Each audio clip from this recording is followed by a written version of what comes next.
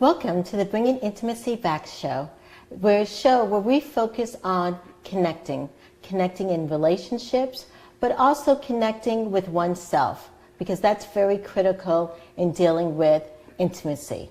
And today's topic is self-intimacy. And what self-intimacy is being aware of your own feelings, being able to accept them, care about them, and also having the ability to share it with your partner. Today, I am honored to have a special guest on my show today. Her name is Natalie Ellis, and she has a thriving practice in Decatur, Georgia, called Esteem Counseling and Consulting Services. Welcome, Natalie. Thank you, Yes. Dr. Brown. Happy to be here. Oh, good. Could you tell our audience about your journey as becoming a counselor and starting your practice? Yes, definitely. Got my master's back in 2000, and so since a young child, I knew I've always wanted to be a counselor. I love to listen to people, and Okay. I'm concerned about people's feelings. Okay. And so back in 2000, got my master's at Argosy University. Okay. And since then, I worked in community mental health for Okay. about 15 years. From 2000 to 2015, worked in community mental health with children, adolescents, families, a lot of families in the juvenile justice system, in the DFAC system. And then back in 2015, actually back in 2012, I decided to start my own practice Right. as well. And so with my own practice in Decatur, I see families, children, adolescents, couples, adults, and that's been going very well. Okay. So I've great. enjoyed doing that. Yes. And you have, I noticed on your website, a program called Esteem. So the name of my practice is Esteem Counseling and Consulting Services, Yes. and Esteem is an acronym. Okay. It stands for Empower Self Through Enrichment, Education, and Motivation. And so again, part of the reason for Empowering. I like how you start that Yes. off. You started off right. Yes. right there. So Yes. Esteem to me, my work is all about helping people build and grow themselves. And so their esteem. Esteem is how you view yourself. And so Esteem, empowering yourself through education. So it's important to be educated about your own self and Right. about the world around you. Enrich. It's important to engage in activities and things that makes you feel better and that helps you grow. Right, because that all becomes helping me to you. Exactly, to who Yes. you are. And then, of course, motivation. It's important that we motivate ourselves through affirmations, through all those things. So I thought Esteem was just a great way to kind of put it all together. Yes. I love that, the empowerment and the engagement and that kind of stuff. Yes. So how do you think self-intimacy relates to that in the journey of people being more empowered to get to know themselves? Yeah, and so it's funny, I looked at the definition of intimacy. So the intimacy is closeness and familiarity, right? And so when we talk about self-intimacy, it's how close and familiar are you to yourself? And so again, when we talk about ways to express feelings and ways to be healthy, it's all about knowing yourself. And so self-intimacy is a big part of that journey, being able to connect with who you are. Right. Yeah. Okay, yes. Well, thank you so much for stating that and for helping us. And we're going to take a small break right now, and then we'll come back and we'll do more questions and more answers on self-intimacy.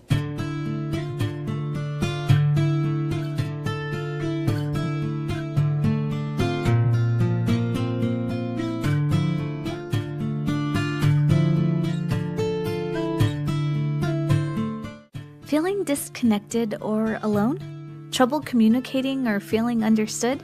And do you want meaningful and purposeful relationships? And the desire to strengthen the bond in your relationships? Yes, then we have to intimately connect. The Bringing Intimacy Back show is a show dedicated to inspire, enlighten, and encourage intimate connections. The show provides an engaging atmosphere to discuss and demonstrate ways to enhance intimacy in one's personal relationships with significant others, families, friends, higher power, and oneself. The show will discuss intimate connections in many different forms, such as sex, communication, emotional, physical, health, and spiritual. Thus, if you want to discover ways to increase the intimacy in your relationship, check out the Bringing Intimacy Back show, where intimacy is real. For more information about the Bringing Intimacy Back show, go to www.bringingintimacyback.com. Welcome back to the Dr. April Bringing Intimacy Back. And today we're talking about self-intimacy. And I know you may say, self-intimacy, what does that really have to do with everything? But self-intimacy is dealing with knowing yourself, which is critical in developing any type of relationship, whether it's with significant other, your family, and that kind of stuff. And so, as we're talking about this, there are some people who have that low self-intimacy. Yes. And they also have low self-esteem. Correct. Yes, yes. How do you see those relating, and what does it look like when someone has low self-intimacy or low self-esteem? Well, with low self-intimacy, again, intimacy about familiarity with yourself and closeness and connection with yourself. And yes, and there's unfortunately a lot of people who's disconnected from who they are. Okay. And with that, there's a disconnection with it impacts their self-esteem as well, because there's a disconnection of who they are. And as we talk about that, that could stem from a whole lot of things, you know, with self-esteem. And there's a connection with the intimacy and self-esteem. And if we're talking about being our best selves, and knowing thyself is a big part of that. And, you know, you have a lot of people in their upbringing who may have difficulty in terms of in their household.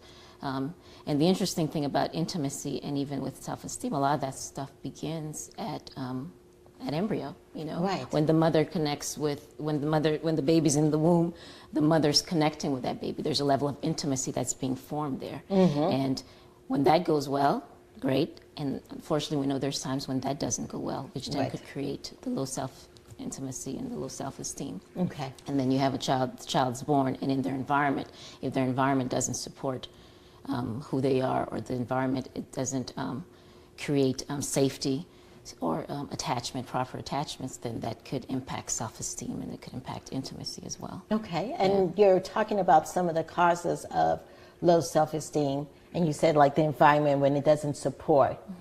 What exactly, like, can you give an example for some of our listeners who are not understanding when the environment doesn't support? Sure. Let's take a simple thing in terms of environment not supporting. So it's typical as a baby, if a baby's hungry, then the environment is supportive by providing the baby with food. So the baby is, of course, they're totally helpless, and so is the environment that has to make sure they're fed, that they're taken care of. And many times that happens well, but then you do have situations where the baby may not be given proper meals, may not be given the food at the time that they need, and when that creates a disconnection with its environment, and creates issues with safety and attachment and security, which then is all part of that intimacy. Right, definitely. And I think even as children grow up, as they grow, sometimes even the environment doesn't support, you know, whether they like a certain thing and it's against their parents, you know, or whether, their parents have this imagination of how they should be, or in some environments where the parents, the family are in disrupt. That's definitely. You know, very simple things. I've had situations where a child falls down. That fall down, every child, when they fall down, they hurt. They want somebody to kind of be there to make sure they're okay. But then in some cases, that may not happen. And so that child learns, okay, I have to fend for myself. I have to take care of myself when I'm hurt, versus there's not necessarily a support system to make sure I'm okay. Or you have situations where the child makes good grades, but then there's no one to validate that for them. And so then you have this notion of, well, maybe if I just do better, then maybe I'll get recognition and validation. And all that impacts intimacy in terms of your connection with yourself and the connection with people around you. Yes. And another thing that I've seen sometimes, I don't know if you have too, that sometimes people have great childhood and all that kind of stuff, but then later on in life, whether it's through relationships, their self-esteem gets beaten up. Yes, definitely. And a lot of times in my practice, I always do go back, because again, who we are as an adult, a lot of that is shaped from our childhood. So our vision of what relationships should be about, or what marriage should be about, or love should be about, is shaped and formed from what we saw growing up. And so I would always ask about that. And yeah, when people experience certain types of things, and if it doesn't, if it's in conflict with what they've learned, or what they believe in, then yes, it could create type of disasters. Yeah, and also I'm assuming also trauma And or yes, any type definitely. of trauma. Definitely. Yeah, or even abusive type relationships may also impact Definitely. Yeah. someone's self-esteem and how that. Oh, sure. In cases where no matter what you do, it's never good enough, you have a partner who constantly judges you or constantly beats you physically or verbally, Okay. neglect. So yeah, with that being said, the message you're receiving, because we get messages all around us, Right. the message you're receiving is something must be wrong. Right. I'm not good enough. So yes. And so in my practice with clients, it's a lot about helping them make those type of connections. Okay. You know, to be aware, because part of that intimacy, self-intimacy, is becoming self-aware. Right. Self-aware of what's going on in your thinking, your perception. With thinking, it's about our perceptions, our beliefs, our values, and how that influences our feelings. Feelings in terms of our emotions, as well as feelings with our body. Right. You know, and then of course, and then all that impacts our actions and behaviors as well. Yes. And so how does low self-esteem or low self-intimacy affect a relationship? Yeah, it affects relationship in that we go partners. So I work with couples, and I tell them, you know, you guys come together. However, it's two different people with two different upbringings, Right. with two different situations that's coming together. And many times we don't really talk about all that stuff. Right. We just come get together. Yes. And then now we are here together, and Like, all what do that we do stuff with is all coming- that? Yes. Yes, and all that stuff comes up, and Yes. then so now it's like, okay, how do we deal with that? And if I've had my own issues, my own traumas, my own hurts, my own disappointments, then how do I know you're not going to do that to me? Right. So sometimes a wall. Yeah. Okay. Yeah. So then that creates creates defensiveness. Yes. There's mistrust, because with intimacy there's a level of trust too. Right. Trust in self, but then also You got to trust trust the in other others. person. And when all that is broken with yourself, it becomes hard to do it with other people too. Yeah, it becomes hard to do it with others when it's broken with ourselves. Yes. Okay, right. And so I realized that you also do a lot of Gottman techniques. Yes. Yes. And so what are some strategies you help in working with couples?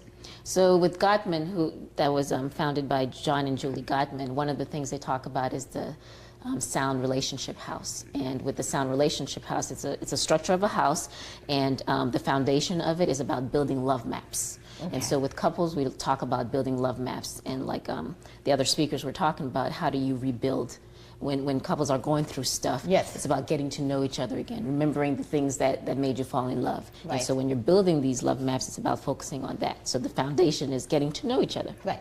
You know, and then with that, interestingly, is you got to know yourself too. So you can get to know somebody else, right?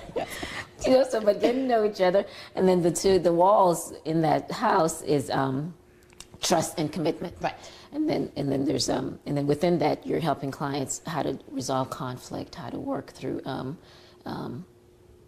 conflicts in their relationship, how to turn towards each other versus away from each other. So there's different strategies and things that we work on to build this sound relationship house. This love map, yes. And the love maps, yes. The love map, yes.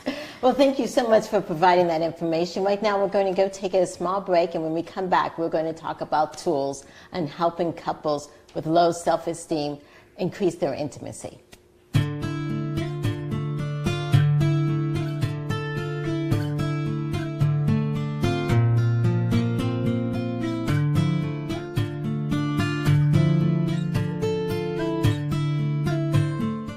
Feeling disconnected or alone? Trouble communicating or feeling understood? And do you want meaningful and purposeful relationships? And the desire to strengthen the bond in your relationships? Yes, then we have to intimately connect. The Bringing Intimacy Back show is a show dedicated to inspire, enlighten, and encourage intimate connections. The show provides an engaging atmosphere to discuss and demonstrate ways to enhance intimacy in one's personal relationships with significant others, families, friends, higher power, and oneself. The show will discuss intimate connections in many different forms, such as sex, communication, emotional, physical, health, and spiritual. Thus, if you want to discover ways to increase the intimacy in your relationship, check out the Bringing Intimacy Back show, where intimacy is real. For more information about the Bringing Intimacy Back show, go to www.bringingintimacyback.com. Welcome back. We're on the Bringing Intimacy Back show, and today we've been talking about self-intimacy, low self-intimacy, and for those people who really struggle with themselves, and we also, in the sense of intimacy with yourself, how it affects relationships.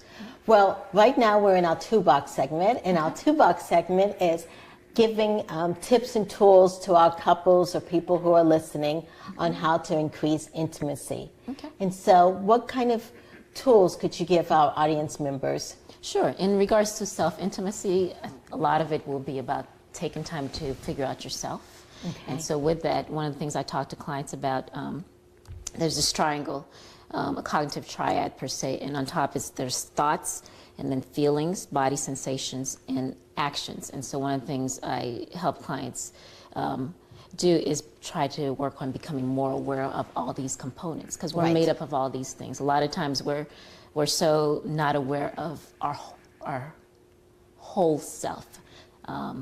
We tend to,